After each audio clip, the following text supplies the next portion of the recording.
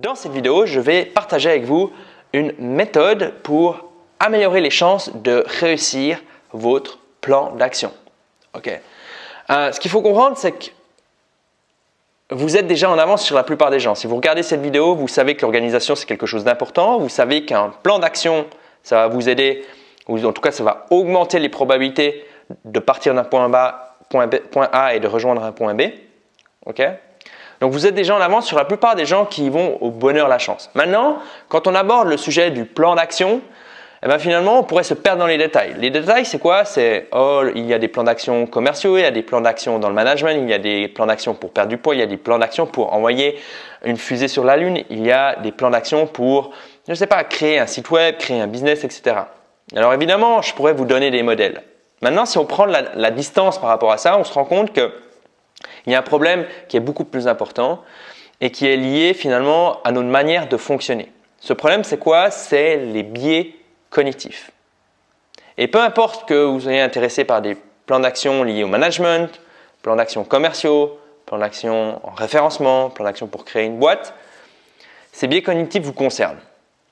Et je vais vous donner maintenant la définition d'un biais cognitif. Donc, on va prendre la définition qui est fournie par Wikipédia. Donc, un biais cognitif est une distorsion dans le traitement cognitif d'une information. Le terme biais fait référence à une déviation systématique de la pensée logique et rationnelle par rapport à la réalité. Alors, vous savez, pas mal de gens pensent qu'il y a une réalité et qu'ils sont en mesure de percevoir ces réalités telles qu'elles existent. Okay? Si c'est votre cas, je vous recommande vraiment à vous intéresser au sujet suivant qui est le constructivisme, la pensée systémique, l'approche systémique. Okay? Vous apercevrez rapidement que la réalité existe, mais que nous ne pouvons pas l'apercevoir simplement parce que nous avons nos cinq sens, nous avons des biais cognitifs, nous avons une éducation qui fait que nous allons mettre de côté certaines informations qui vont peut-être venir déstabiliser notre équilibre mental. Okay? Beaucoup de personnes pensent qu'elles sont objectives alors qu'elles ne le sont pas du tout. Plus vous êtes face à une personne, si vous rencontrez une personne, ou plus une personne dit qu'elle est objective, en général, moins elle l'est. Vous allez pouvoir apercevoir une personne qui est consciente de ses limites si elle vous dit « Ouais, moi je sais que j'ai des biais cognitifs, je sais que je suis une personne subjective. Okay. » Et en fait, il y a plusieurs biais cognitifs. Moi, je vais en partager simplement 3 avec vous qui méritent votre attention. Ensuite, vous allez pouvoir faire des recherches si vous êtes tombé sur cette vidéo. Vous connaissez Google, vous savez trouver des informations sur Internet et je vous invite simplement de chercher le terme biais cognitif sur Internet et vous allez tomber rapidement sur la page de Wikipédia qui est très intéressante. Il y a le biais, donc 3 biais cognitifs qui sont importants. Il y a le biais de l'optimisme. Le biais de l'optimisme, vous pouvez le voir chez les fumeurs. Les fumeurs vous diront « Ouais, je fume, mais je ne vais pas tomber malade, je ne vais pas avoir de cancer. » Ou chez les personnes qui boivent beaucoup d'alcool ou qui mangent mal. En gros, les aspects négatifs d'une certaine pratique touchent d'autres personnes, mais pas moi. Ça, c'est le biais de l'optimisme. On peut le voir dans la gestion de projet, c'est de dire « Ok, je sais que c'est un peu serré, mais bon, ça va passer. Moi, je n'ai pas ce problème. Okay. Ça ne va pas merder. Mon plan va tenir la route. Même si c'est difficile, ça va le faire. Okay, ça, c'est le biais de l'optimisme.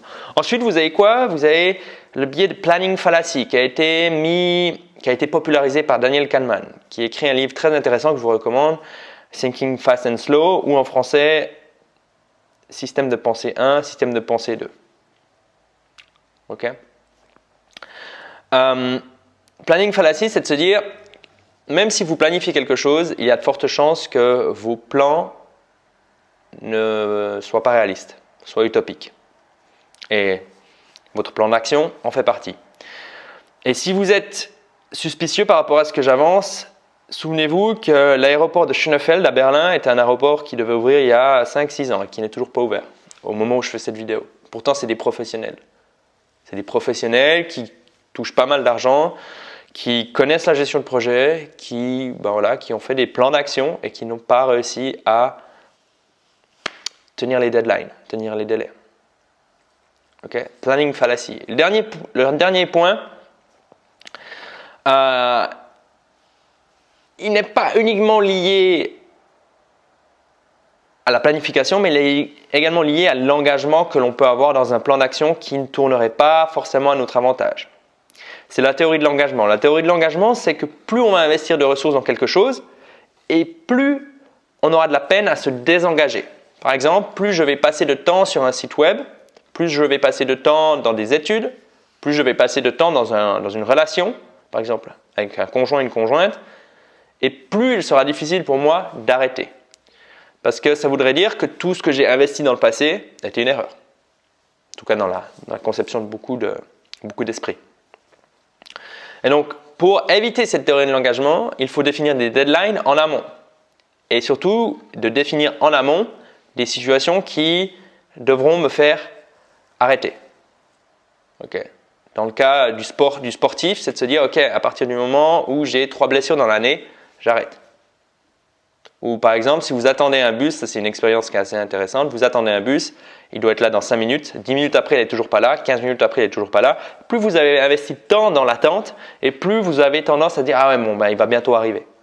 Donc pour éviter cet effet qui est la théorie de l'engagement, qui a un effet très puissant, l'idée c'est quand vous commencez à attendre votre bus, vous allez simplement définir la quantité de temps durant laquelle vous allez accepter d'attendre. Et ensuite, vous allez penser à vous allez définir une autre variable, un autre plan. Donc, dans votre plan, si vous avez un plan d'action, c'est de vous dire, ok, je vais tester ce plan d'action durant 3 mois. Si ça ne fonctionne pas, je passe à autre chose. Ok ? Ceci dit, maintenant, je vais partager avec vous une méthode justement pour améliorer la qualité de votre plan d'action. Cette méthode elle est bien connue par les chefs de projet.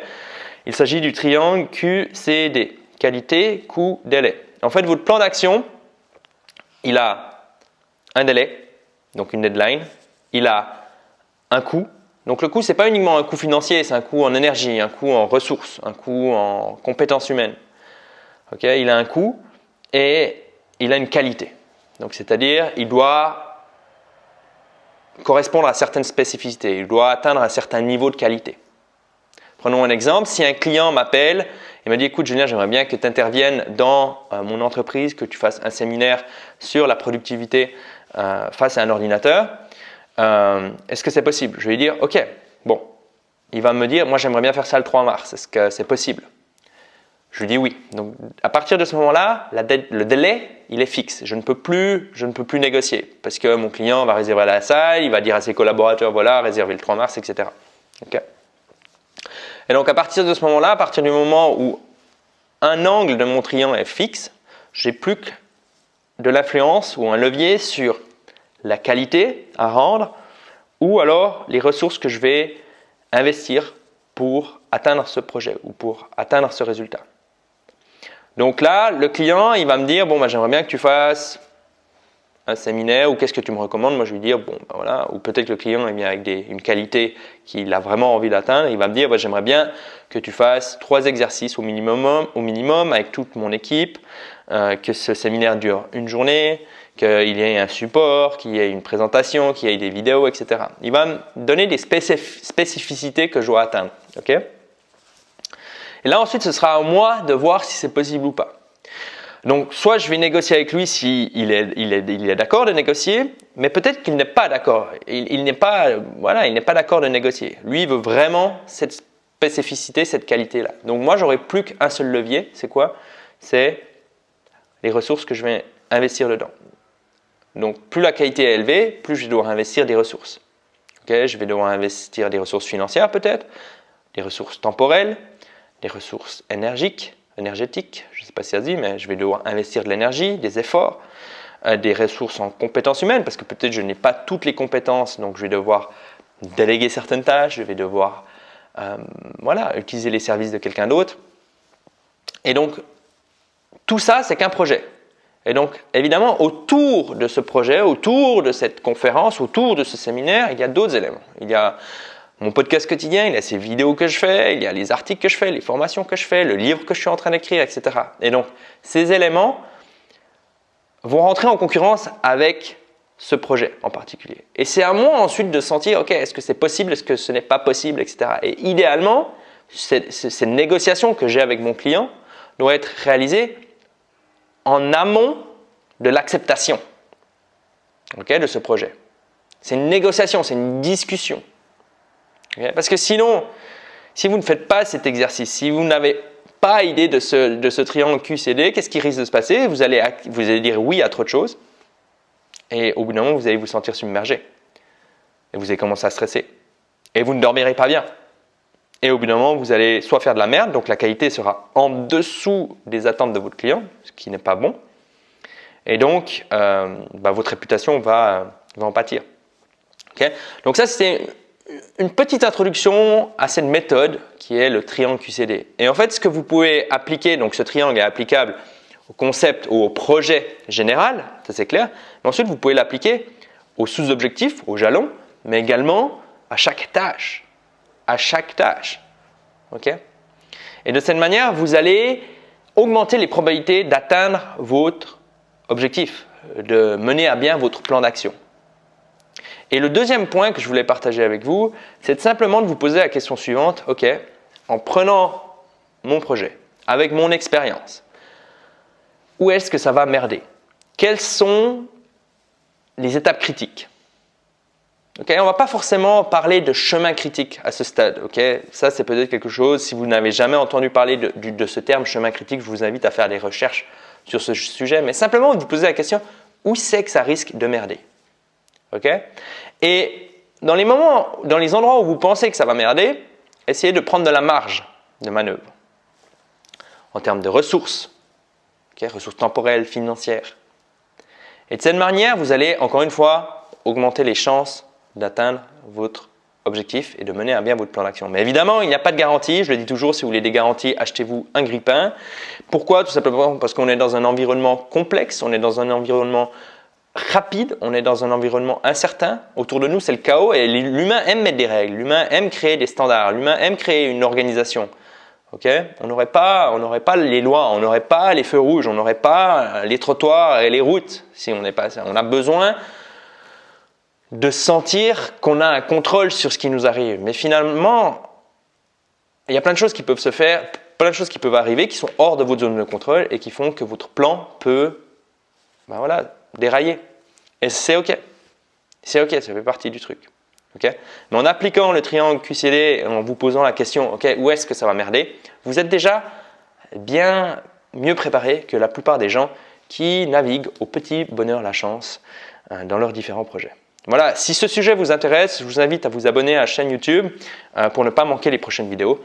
Et on se voit bientôt pour de prochaines méthodes et techniques avancées.